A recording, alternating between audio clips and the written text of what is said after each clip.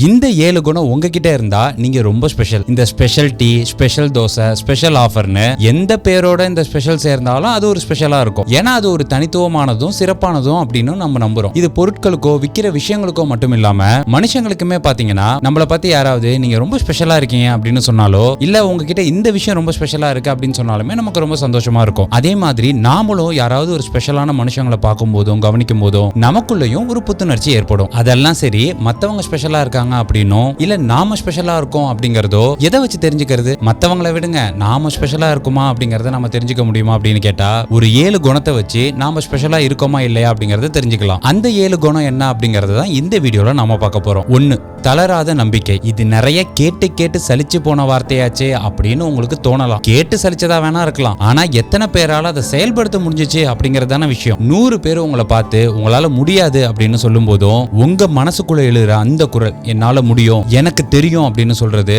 அதை விடாமுயற்சியோட செஞ்சு காமிக்கிறது தான் உண்மையான தன்னம்பிக்கை. ஒரு உதாரணத்துக்கு, தாமஸ் ஆல்வா எடிசன் பல்பை கண்டுபிடிக்கிறதுக்கு முன்னாடி 1000 தடவை அதுல தோத்து போனாரு அப்படின்னு சொல்லுவாங்க. ஒவ்வொரு தடவையும் அவருடைய உதவியாளர்கள் தோத்து போகும்போது எடிசன் சொன்னாராம், நான் தோற்கவில்லை, பல்பை இப்படியெல்லாம் கண்டுபிடிக்க முடியாது அப்படின்னு 1000 வழிகளை கண்டுபிடிச்சிருக்கேன் அப்படின்னாராம். அதுதான் தன்னம்பிக்கை. இதே மாதிரி இந்த KFC ஓனர் அந்த ஃபார்முலாவை எடுத்துக்கிட்டு அதை கொண்டு போய் 1000 தடவைக்கு மேல ஃபெயிலியர் ஆகி திருப்பி சக்சஸ் அடைஞ்சாரு அப்படின்னு சொல்லுவாங்க. இந்த மாதிரி எத்தனையோ உதாரணங்கள் இருக்கு. அது உண்மையாவே 1000 தடவையா அப்படிங்கறதெல்லாம் நமக்கு தெரியாது. ஆனா அவ்வளவு எக்ஸ்ட்ரீமா சொல்றாங்கன்னா அப்ப அவங்க எவ்வளவு முயற்சி பண்ணிருப்பாங்க அப்படிங்கறது தான் நாம எடுத்துக்க வேண்டியது. நம்மளாலாம் ஒரு 10 தோல்வியை தாங்க முடியுமா? 20 தோல்வி, இல்ல 30 தோல்வி, 100 தோல்வி, ஏன் அவ்வளவுலாம் போவேனா? ஒரு 2 தடவை தோத்து போனாலே நம்மளுடைய தன்னம்பிக்கை உடைஞ்சு தூள் தூளா ஆயிரும். ஆனா எந்த சூழ்நிலையிலையும் எந்த மனநிலையிலையும் யாரு ஒருத்தர் தளராத தன்னம்பிக்கையோட இருக்காங்களோ அவங்க ஸ்பெஷல். 2வது குணம், சீன் போடாத உதவி. அதாவது யாருக்குமே தெரியாம எந்த பப்ளிசிட்டியும் இல்லாம மத்தவங்களுக்கு ஹெல்ப் பண்றது. இப்பெல்லாம் ஒருத்தர் டீ வாங்கி கொடுத்தா கூட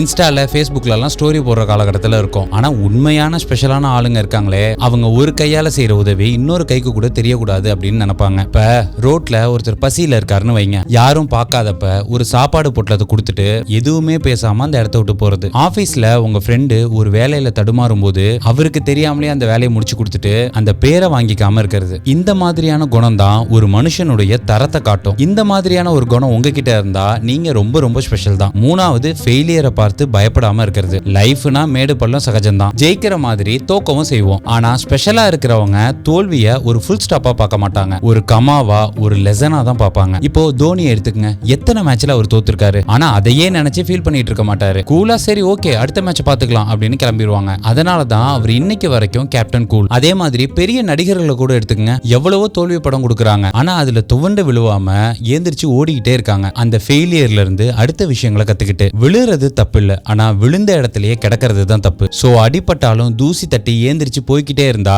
அவரு ஸ்பெஷலான ஆளு. 4வது, செல்ஃப் டிசிப்ளின், அதாவது சுய ஒழுக்கம். இதுதான் சக்சஸ்க்கான சீக்ரெட் வேர்ட். பொதுவா இந்த மாதிரி மோட்டிவேஷன் எல்லாம் உங்களை ஸ்டார்ட் பண்ணி விடும், அதாவது ஆரம்பிச்சு விடும். ஆனா இந்த செல்ஃப் டிசிப்ளின் மட்டும் தான் உங்களை கடைசி வரைக்கும் கூட்டிட்டு போகும். நீங்க காலையில 5 மணிக்கு எந்திரிக்கணும் அப்படின்னு அலாரத்தை வச்சுட்டு அதை ஆஃப் பண்ணிட்டு திரும்ப போர்வை இழுத்து பொத்தி தூங்குறது நாம. யாருக்காகவும் இல்லாம நமக்காக, நம்ம கோலுக்காக எந்திரிக்கிறோம் பாருங்க, அதுதான் டிசிப்ளின். அது நீங்க காலையில படிக்கிறதா இருந்தாலும் சரி, ஜிம்முக்கு போறதா இருந்தாலும் சரி, இல்ல புதுசா ஏதாவது கத்துக்கிறதா இருந்தாலும் சரி, பிடிச்சிருக்கோ இல்லையோ செய்ய வேண்டியதை செஞ்சே ஆகணும் அப்படிங்கிறது தான் சுய ஒழுக்கம். இந்த குணம் இருந்தா நீங்க தொட்டதெல்லாம் ஹிட் தான். அப்படிப்பட்ட குணம் உள்ள ஆளும் ஸ்பெஷலான ஆளு தான். 5வது பழக்கம், அடுத்தவங்க கஷ்டத்தை புரிஞ்சுக்கிறது. சிம்பிளா சொல்லணும்னா அடுத்தவங்க கஷ்டத்தை அவங்க இடத்துல இருந்து பாக்குறது. அதாவது இது ஐயோ பாவம் அப்படின்னு சொல்றது இல்ல, அவங்க வலியை உணர்றது. ஒருத்தர் உங்ககிட்ட அவங்க பிரச்சனையை சொல்லும் போது உடனே அட்வைஸ் பண்ணாம சொல்லி பொறுமையா கேட்கணும். நான் நீங்க சொல்றதை கேட்கிறேன் அப்படின்னு காது கொடுத்து கேட்டாலே போதும். உன் கஷ்டம் எனக்கு புரியுது மச்சான் அப்படின்னு உண்மையா சொன்னா போதும். அதுவே அவங்களுக்கு பாதி பாரத்தை குறைச்சிடும். இந்த குணம் உங்களை ஒரு நல்ல நண்பனா,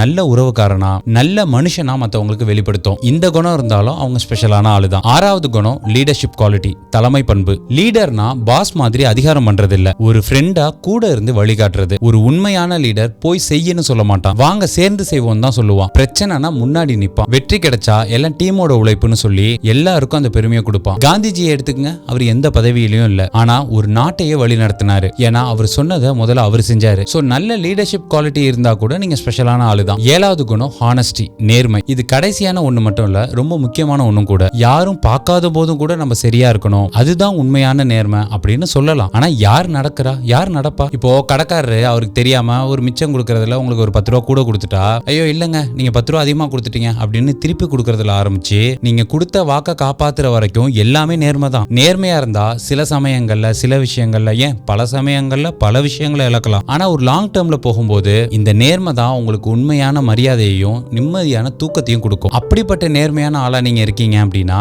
இல்ல அப்படி ஒருத்தர் நீங்க பாத்தீங்கன்னா அவரும் ஸ்பெஷலான ஆளு தான், நீங்களும் அந்த ஸ்பெஷலான ஒருத்தர் தான். இந்த 7, அதாவது நம்பிக்கை, சீன் போடாத உதவி, ஃபெயிலியரை பார்த்து பயப்படாம இருக்கிறது, செல்ஃப் டிசிப்ளின், அடுத்தவங்க கஷ்டத்தை புரிஞ்சுக்கிறது, லீடர்ஷிப் குவாலிட்டி, அப்புறம் நேர்மை. இந்த 7 குணமும் உங்ககிட்ட இருந்தா நீங்க ஸ்பெஷலான ஆளுன்னு புரிஞ்சுக்கலாம். அடுத்தவங்க கிட்ட இருந்தா அவங்க ஸ்பெஷலான ஆளுன்னு தெரிஞ்சுக்கலாம். இதெல்லாம் நம்ம கிட்ட இல்லையே அப்படின்லாம் யோசிக்காதீங்க. ஒவ்வொரு நாளும் கொஞ்சம் கொஞ்சமா முயற்சி பண்ணா போதும், நாமளும் இந்த மாதிரி ஒரு ஸ்பெஷலான ஆளா மாறிடலாம். ஒருவேளை இந்த குணங்கள்ல உங்களுக்கு உடன்பாடு இருந்தா இந்த வீடியோ உங்களுக்கு பிடிச்சிருந்தது அப்படின்னா ஒரு லைக் பண்ணுங்க. மேலும் இது போன்ற வீடியோக்களுக்கு தமிழ் குரு சேனலை சப்ஸ்கிரைப் பண்ணுங்க.